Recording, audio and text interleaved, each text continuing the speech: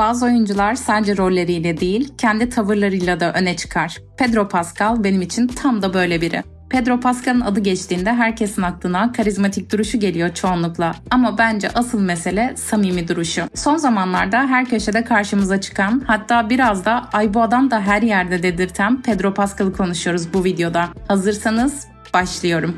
José Pedro Balmaceda Pascal ya da bildiğimiz adıyla Pedro Pascal. 2 Nisan 1975'te Şili'nin Santiago şehrinde dünyaya geldi. Ailesi Allende'yi destekleyen, Pinochet'in diktatörlüğüne ve siyasi baskılara dayanamayarak kaçmak zorunda kalan bir aile. Pedro daha 9 aylıkken ailesi önce Danimarka'ya sonra Amerika'ya sığındı. Texas ve Kaliforniya'da büyüdü. Bebekken mülteci olarak yeni bir hayat kurmak Pedro'nun bugünkü kişiliğini şekillendiren büyük bir etken olarak gösterilebilir. Çocukken hem sporla hem sanatla haşır neşirdi Pedro Pascal. Yüzmede bayağı iyiydi. Hatta madalyalar bile kazandı. Ama tabii ki asıl tutkusu tiyatro ve sinemaydı. Orange County School of the Arts'ta okudu. Sonra New York Üniversitesi'nin havalı Tisch School of the Arts'ına kapak attı. Pedro burada sahne sanatlarına daldı, duygusal derinlik ve karakterlere gömülme yeteneği kazandı. Ama mezuniyetten sonra işler pek toz pembe olmadı tabii ki. 1990'ların sonu ve 2000'lerin başında klasik bir Hollywood mücadelesi verdi. Küçük rollerle başladı.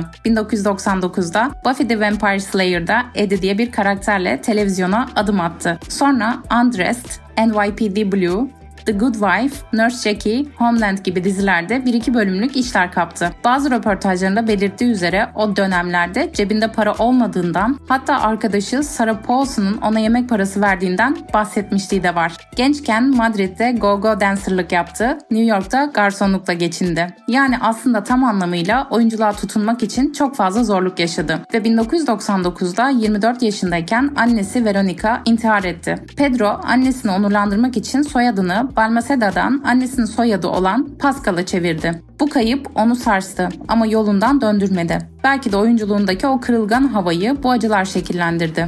Ailesinden biraz daha bahsedecek olursam, Pedro Pascal'ın 3 kardeşi var. Onlardan biri de en küçükleri trans bir kadın olan oyuncu Lux Pascal. Pedro, Lux'un geçiş sürecinde hep yanında oldu. 2021'de Lux kamuoyuna açıldığında Pedro Instagram'da destek mesajı paylaştı ve LGBTQ+ haklarına desteğini net bir şekilde gösterdi. Tabii ki bu sadece sosyal medya paylaşımıyla sınırlı değildi. Pedro kız kardeşini her yerde, her durumda desteklediğini defalarca dile getirdi ve getirmeye devam ediyor. Hatta en tatlı örneklerinden biri kırmızı halılarda Lux poz verirken onun elbisesini düzeltip en iyi şekilde görünmesini sağlaması. Neyse, ilk oyunculuk yıllarına dönecek olursak, Pedro'nun kariyerinin temellerini attığı bu yıllarda eleştirilerde eksik olmadı tabii ki. Bazılarına göre erken rollerinde Latin stereotiplerine sıkışıp kaldı. Mesela suç dramalarında hep aynı tip Latin karakteri oynaması. 2014 senesine geldiğimizde Pedro kırılma noktasını yaşadı. Son sezonu her ne kadar efsanelikten çok uzak olsa da HBO'nun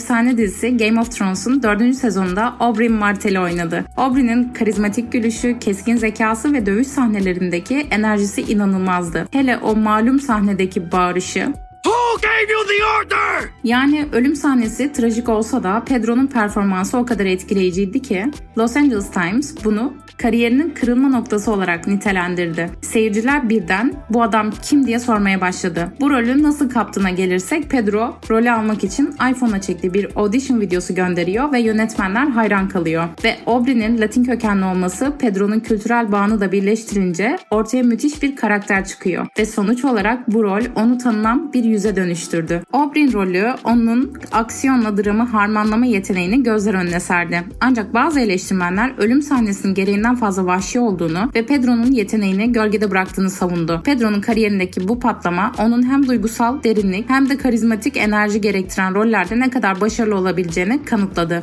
2015-2017 yılları arasında Netflix'in Narcos'unda DEA ajanı Javier Peña'yı oynadı. Peña'nın kararlı ama çelişkili havası Pedro'nun yeteneğini iyice ortaya koydu. Dizinin başarısı onu yan rolcü etiketinden kurtarıp başrol radarına soktu. Sinema tarafında da boş durmadı. 2016'da The Great Wall'da Matt Damon'la boy gösterdi. 2017'de Kingsman The Golden Circle'da Agent Whiskey olarak aksiyon komedide sivrildi. 2018'de ise The Equalizer 2'da Denzel Washington'la, 2019'da Triple Frontier'da Ben Affleck ve Oscar Isaac'la birlikte oynadı. 2020'de Wonder Woman, Maxwell Lord olarak hem komik hem de havalı yanını gösterdi. Gal Gadot'a nasıl tahammül ettiği hiçbir fikrim yok. Keşke bununla alakalı birkaç bilgi çıksa ortaya.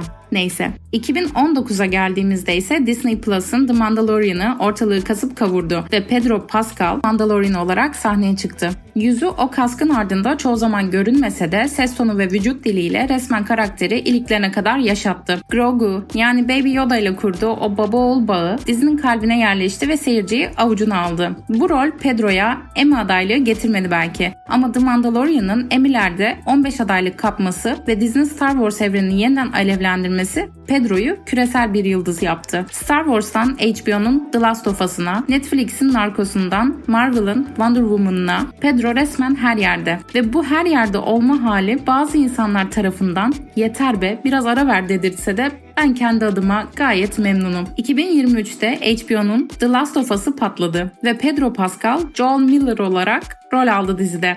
Oyun uyarlamaları genelde tökezler ama bu dizi eleştirmenlerden güzel puanlar aldı. Pedro'nun Joel'ı dışarıdan sert ama içinde kırılgan, korumacı, duygusal bir adamdı. Bella Ramsey ile olan kimyaları o kadar iyiydi ki ekran başında bu ikilik gerçek mi diye yorumlar yapıldı. Bu rolle Pedro 2023'te en iyi erkek oyuncu dalında Emmy'ye aday oldu. Dizide 24 adaylıkla 8 Emmy kazandı. Joel'ın baba figürü, havası Pedro'nun zaten var olan koruyucu abi imajını iyice cilaladı. Tabii ki Pedro'nun popülerliği sadece dizilerden, filmlerden gelmiyor. Sosyal medya adeta onun krallığı. Hayranlar ona Internet Daddy diyor. Evet, hem şaka hem ciddi bir sevgiseli var. Pedro, Esquire'a verdiği bir röportajda Daddy bir düşünce tarzı deyip aslında kendinin de hoşuna gittiğini belirtmiş olabilir mi birazcık? Bence evet. TikTok'ta, Instagram'da mimler uçuşuyor. Game of Thrones'taki o efsane ölüm sahnesinden Mandalorian'ın cool yürüyüşlerine her şeyi viral. Röportajlarda içten, hayranlarla kibar, bu yüzden herkes Pedro'ya sarılmak istiyorum modunda. Ama işte son yıllarda Pedro her yerde. The Mandalorian'da kasklı cool abimiz. The Last of Us'ta duygusal baba figürü. Marvel'da, Netflix'te, sinemada. Sosyal medyada yeter biraz ara ver diye isyan eden insanlar var. YouTube'da Pedro Pascal Hollywood'u mu ele geçirdi videoları dönüyor. Vanity Fair her yönetmenin ilk tercihi derken The Daily Beast bu kadar popülerlik riskli bir hata yaparsa düşüş çok sert olur havasında. Yine tekrar ediyorum ama benim için hiç sorun yok Pedro. Ta ki kötü bir insan olduğuna dair ortaya bir şey çıkmazsa. Yani Pedro Pascal gerçekten tuhaf bir hızla yükseliyor ve neredeyse her yerde karşımıza çıkıyor. Son birkaç ayda 3 büyük filmde göründü. Materialist, Eddington ve Fantastic Four. Bunun yanı sıra The Last of Us sezon 2, The Mandalorian ve Grogu filmi duyurusu ile Marvel projeleri de eklenince göz açıp kapayıncaya kadar her yerde Pedro Pascal var gibi. Bazı izleyiciler bu durumu aşırı medya pompalaması ya da propaganda olarak algılıyor. Çünkü gerçekten her yerde ve neredeyse kaçınılmaz bir varlık sergiliyor. Tabii Pedro Pascal'ın bu tatlı hallerinin de bunda etkisi olabilir. Ama eleştirmenler bu sevimli, ulaşılabilir ve sosyal anksiyeteli imajın bazı durumlarda abartılı olduğunu, halkı ve medyayı manipüle etmek için kullanıldığını düşünüyor. Özellikle bazı red carpet veya basın etkinliklerinde co-starlarına olan fiziksel temasları bazı izleyiciler tarafından tuhaf veya rahatsız edici bulunabiliyor. Bu durumlar çoğu zaman viral videolara dönüşüyor ve sosyal medyada tartışılıyor. Hollywood tarafında ise Pascal neredeyse kusursuz bir marka gibi konumlanıyor. Siyasi ve toplumsal konulardaki açıklamaları çoğunlukla hesaplanmış ve stratejik bulunuyor. Örneğin Black Lives Matter, trans hakları, göçmenlik gibi konularda verdiği mesajlar hem popüler hem de ideolojik bir mesaj olarak yorumlanıyor. Bu da onu Hollywood için güvenli ve kazançlı bir yıldız haline getiriyor. Ama sonuç olarak Pascal hem yetenekli bir aktör hem de Hollywood'un stratejik olarak tercih ettiği bir figür. Medya ve izleyici tarafından sürekli göz önünde tutulması onun popülerliğini arttırırken bazı davranışların ve söylemlerin hesaplanmış olabileceği yöndeki eleştirileri de beraberinde getiriyor. İzleyici kitlesi arasında bazıları Pascal'ın davranışlarını ve politik söylemlerini sorguluyor, bazıları ise tamamen doğal ve samimi buluyor. Bu farklı perspektifler Pascal'ı modern Hollywood'un en tartışmalı ve ilgi çekici figürlerinden biri haline getiriyor günümüzde. Gelelim biraz da Pedro'nun oyunculuğuna. Oyunculuğu genelde alkış topluyor ama eleştirilerde eksik değil. Reddit'te süper yan karakter ama başrol olarak eksik diyorlar. Daha sağlam roller gerekiyor diyenler de var. Materialist'te Chris Evans ve Dakota Johnson'ı oynadı ama romantik komedide sırıttı diyenler oldu. Fantastic Four'da Reed Richards seçimi de karıştı. Fazla yaşlı ya da karaktere uymuyor diye varyansın edenler var. Eleştirmenler karizmasını övse de koruyucu baba rollerinin tekrarı eleştiri alıyor. Son yıllarda her yerde oluşu Hollywood Pedro'ya mı saplandı muhabbetini başlattı. Ama Pedro bunun farkında. Esquire'da eleştirileri duyuyorum ama işimi seviyorum dedi sadece. Oyunculuğuyla ilgili olan eleştirilerin yanı sıra Pedro Pascal'ın toplumsal konulara karşı da belli bir duruşu olduğunu söyleyebiliriz. Pedro politik ve toplumsal meselelerde susmuyor. LGBTQ+ haklarını hararetle savunuyor.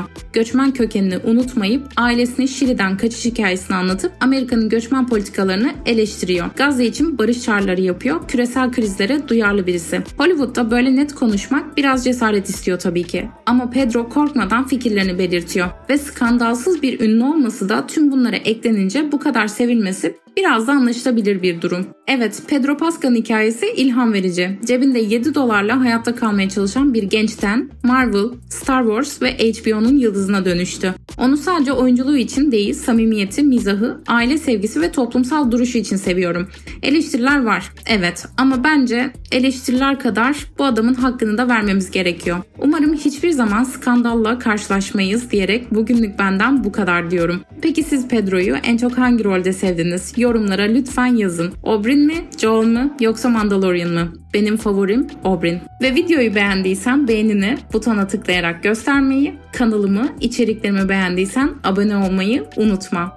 Geldik yine son seslenişe. Beni 5 yıl sonra dinleyecek o kişi umarım videomu beğenmişsindir ve beni dinlemeye devam edersin. Bay bay.